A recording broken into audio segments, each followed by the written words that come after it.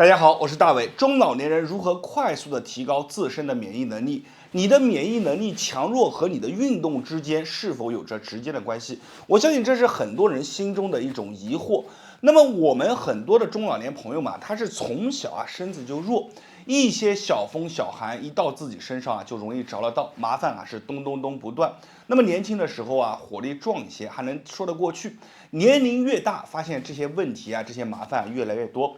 这个免疫能力弱了以后各种各样麻烦来找自己特别的心烦，怎么办呢？那有些朋友就尝试运动，结果一发现，运动完了以后还不如躺着呢。一运动反而身体越来越弱，这是怎么回事呢？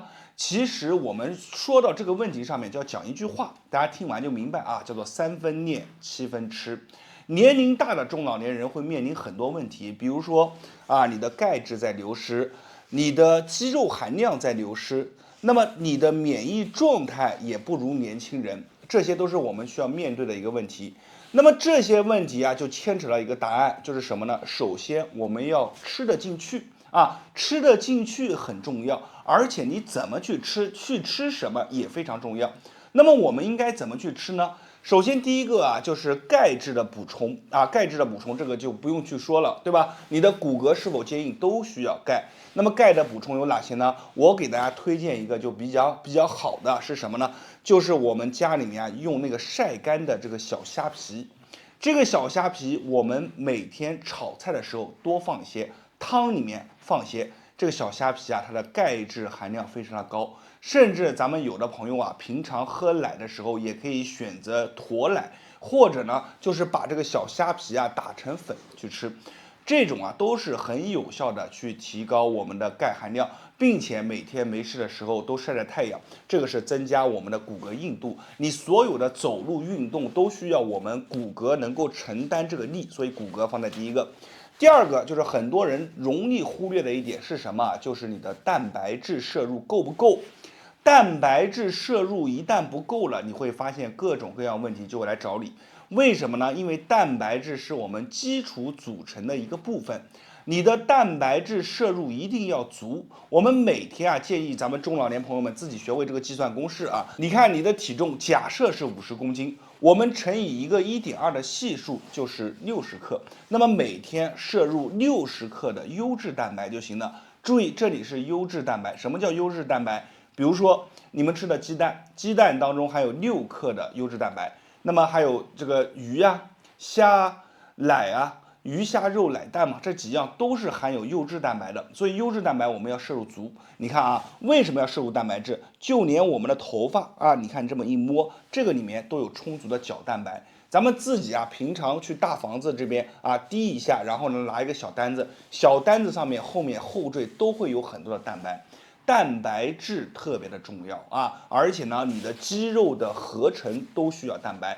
人往上走了，50岁以后，你每年肌肉会往下走3%左右的一个流失这样的流失的速度。那么为了减少它的流失，我们一个呢是要补充蛋白质，二个呢就是要去练。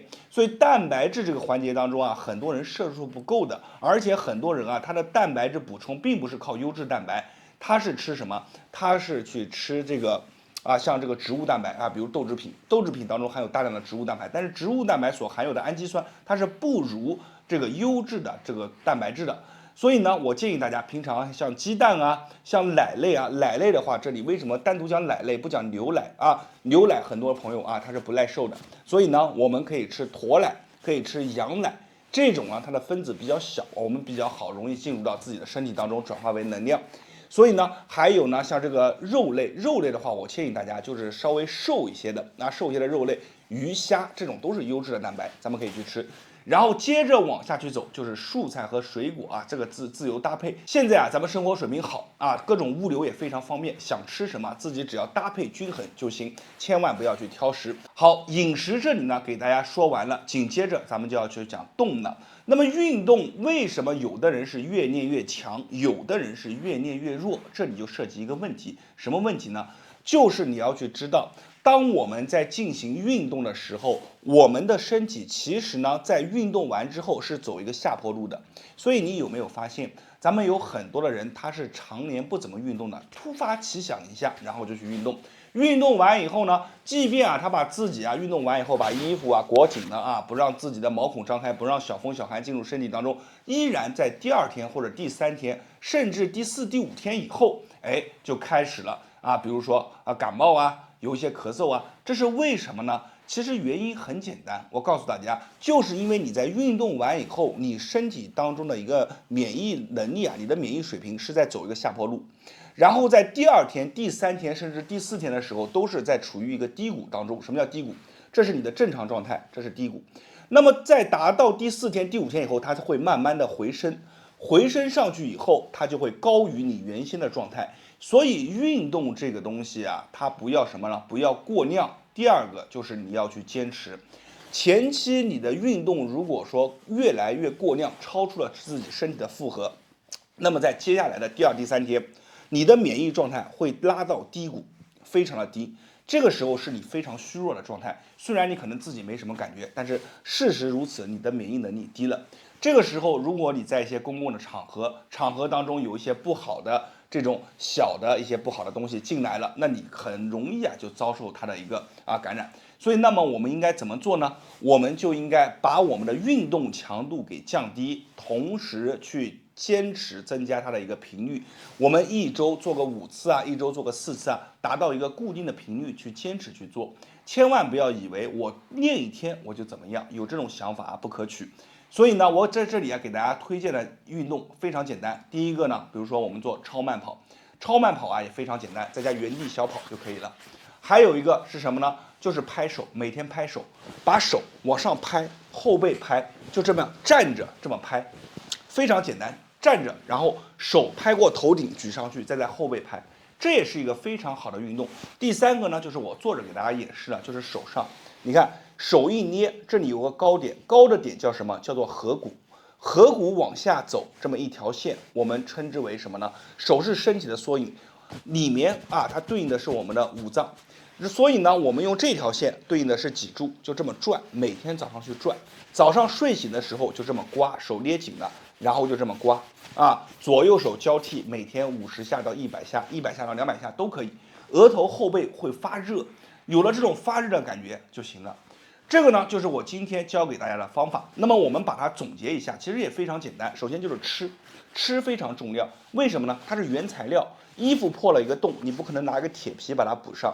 那么我们要怎么做？就是你这个衣服是布的，就拿布的；是绸缎的，就拿绸缎的，对不对？那所以呢，我们的原材料进来要足。那么原材料就是靠吃。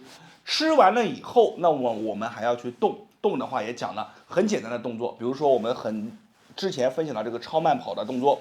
大家可以看一下往期的视频，超慢跑就是居家的一个非常好的选择。然后呢，我们也可以上下拍手，手上下去拍，站着去做就可以。然后最后一个就是手上的一个锻炼动作，每天都可以这样去做。只要你这样去坚持一段时间以后，你会发现你的状态、你的免疫能力慢慢的就开始往上走了，往上去拉伸这是一个需要坚持的过程。所以听到这里，大家一定要有一个极强的意识，就是要知道吃是在练的前面的，但是你并不是一味的吃就行，吃和练一定要综合起来，这样才能充分的把我们的身体的状态给拉伸。好了，今天的视频就分享到这里了，给大家分享的一些干货知识，希望大家喜欢。如果说你感觉这个视频对你有帮助，那么你把这个视频转发和分享给身边的朋友和家人。我是大伟，没关注的记得关注我一波，在别人那里或许是不传之秘，在我这里都会毫无保留的分享给大家。谢谢大家。大家好，中老年人到底该不该锻炼？我每天早上去买早饭的时候，我们楼下有个公园，我就会看到很多的老年人在里面扭脖子撞树背往树上去撞撞完以后呢，他有的人还就是转腰在那边旋转各种各样的千奇百怪的一些锻炼方式。那这种锻炼方式其实从科学性上来讲是非常不科学的，而且极度容易损伤我们的一些颈椎，包括胸椎和腰椎。所以我是不倡导大家这样去锻炼的，因为有些时候你不懂锻炼，你反而从锻炼一个健身变成了伤身。中老年人这里泛指的是50岁到70岁左右的一个年龄，在这个特殊的年龄里面，咱们的一个女性雌激素会迅速下降，那么这个它的一个骨密质就是骨密度也会下降，也就是说他们的骨骼是非常脆弱的。那同样男性会比女性好一点，大概在55岁左右同样也会让你的这个骨质含量大幅度的流失。那么在这个时候，我们去锻炼就更要去讲究一些科学性。如果你没有科学性的锻炼，很可能在锻炼当中造成了一些损伤，而你最可怕的是你还不知道，你还继续按你的方式去锻炼，直到最后损伤很严重了，在你做某个动作的时候就非常的疼。那发生这种情况是每个人都不愿意看到的。所以我今天给大家带来2个锻炼的方式。第一个锻炼的方式呢，就是倒走倒走是一个非常好的方式但是很多人不会走，为什么呢？因为很多人倒走走的就很随意，但不是这样的。其实倒走它更能去锻炼我们整个背后的一些肌群。我们知道人老哪先老？人老背先老。为什么？因为年纪一大，人一老以后他这个背就慢慢被驼掉了。那所以呢，他背部肌肉是更弱的，我们就必须要通过倒走，走的时候手往后摆的幅度越大越好。然后同时呢，我们的腿尽量往后去迈，因为你是倒走嘛，往后迈的时候迈的也是越大越好。最重要一点就是我们的整个腹部要收紧。在做倒走的时候，你的整个后面的一些肌群都能得到很大的刺激，而这些肌群都是你日常训练不到的。同时它对你的颈椎也有很大的好处这是第一个动作。第二个动作呢，就是提踵，说白话就是踮脚尖这个踮脚尖的动作也是一个非常好的动作。小腿是我们第2个心脏，因为我们小腿中间有一根主动脉从里面穿过去，而这个主动脉在我们小腿肌肉收缩的时候，无形中就给它加压，在加压的过程当中，其实是加速了我们整个人的新陈代谢所以踮小腿可以很好的刺激你的这个血管的一个血供情况如果你是脚凉的这么一类人，也做这个动作也是非常好的效果。所以我们追求训练一定要理解训练背后的意义，它的原理是什么，它为什么要这样做，这样做能带来哪些好处。只有当你了解了这些东西以后，你才可以选择性的训练，才能让自己的弱点去针对性的去对它做一些训练。所以这2个动作非常的好。踮小腿我建议日常每天去做的话，大约在200到500下，你们可以做50下为一组。如果你的年纪较大，你是在60岁左右，我建议你是扶着墙，咱们扶着墙去踮小腿这个脚后跟不要落地，就是一直是处于起伏的一个状态。大家可以看我的手，如果我的手是一个脚的话，我们踮小腿的时候就一直是处于这样的一个状态。好了，今天的视频就分享到这里，记得把我的视频分享给有需要的人，同时关注我的视频，你会在里面获得一些意想不到的收获。我是人体百科 David， 大家给我点赞、评论、转发，谢谢大家。大家好，今天和大家聊一个老年人的话题。老年人的身体健康一直是值得我们关心的。那么现在呢，我们追求的是什么？追求的就是说老年人他老了，他能自理，能吃能喝能自己解决一些问题。那么这个老年人他就是家里面的宝，又能给你关心，对吧？又能有这个比较高的退休工资来补贴你同时也不用你去操心他的身体。那么如何达到这样的状态呢？那我建议大家就是按照咱们这3步走这3步走呢，老年人去做既可以延年益寿，又可以达到一个身体非常健康的状态。哪3招？第一个就是咱们的拍手功。拍手功我之前的视频讲过，它非常的好，因为在拍手的时候呢，可以刺激到咱们的很多的穴位就是咱们手打开手一定要是这个空心的去拍去拍这个效果是非常好的老年人去拍，每天大约拍一个50下到100下自己去做，手拍完以后会麻麻的酥酥的，非常好，非常简单没有任何危险性。第二个呢就是提踵提踵说白了就是踮脚尖为什么要这样去做？因为我们这个脚后有一个这个血管血管它在提踵的时候呢，可以更好的去把这个血管呢进行一个泵血泵血的用处呢就是提高你的代谢能力帮助你的身体恢复一定的活力。所以提踵呢是老年人都要做的，哪怕你腿脚不方便起不来，你坐着整个人你这样坐着坐在这个椅子上面，大家看，哪怕你坐在椅子上面，你去把手压在这个腿上去做这个脚部的这个体总，也能很好的去激活你的肌肉，让你变得更加的这个延缓衰老，更加年轻。这次疫情期间呢，像我家爷爷已经90多岁了，那么他是不想动的平常他会下楼走走路，他就不想动。那我就告诉他，你一定要做这个动作或者说你每天走走路，你一定要做。为什么？因为人的肌肉有一个特性，就是不用则废。你去看那个骨折的人他这个腿骨折以后，打完石膏3个月以下，一个腿就瘦得不得了，一个腿就是壮得不得了，两个腿成鲜明的对比，这就证明了我们肌肉不用它就废退了。老年人也一样，肌肉如果一旦废退，它的行动能力会越来越差，代谢能力会越来越慢，然后形成了什么呢？免疫能力急速下降，然后就卧床不起，再也起不来，然后就很麻烦。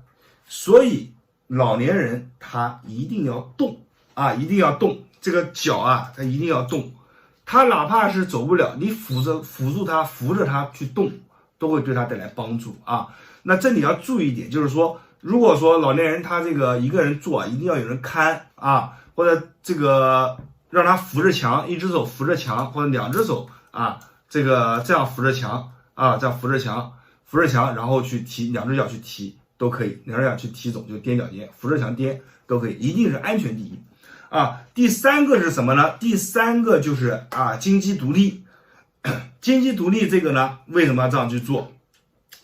它是可以很好的帮助我们激活我们这个站立系统它会帮我们激活我们骨盆周围的这块肌肉。如果说你的周围肌肉不好的话，那你这个人走路走不了那这个动作怎么做呢？首先就是说咱们这个腿一定要是站直以后呢，一个腿要打弯我给大家演示一下就是咱们这个站直了以后呢，这个腿要打弯摆过来。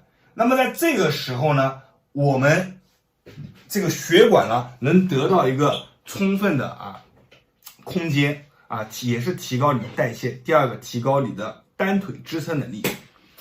所以这3个动作呢都是非常好的动作，非常适合老年人那如果第3个动作感觉这个腿脚不方便，老人做不方便的话，那第3个动作暂时排除，咱们做前面2个就好了所以动作一定是尽早做尽好，越早做越好千万不要去拖等你真的是做不了的时候，你再想去做这些简单的动作，真的就是难如登天了所以大家把这个视频可以发给身边的老人很感谢你的耐心听到这里转发我的视频，包括可以收藏这个视频，点赞评论我是大伟。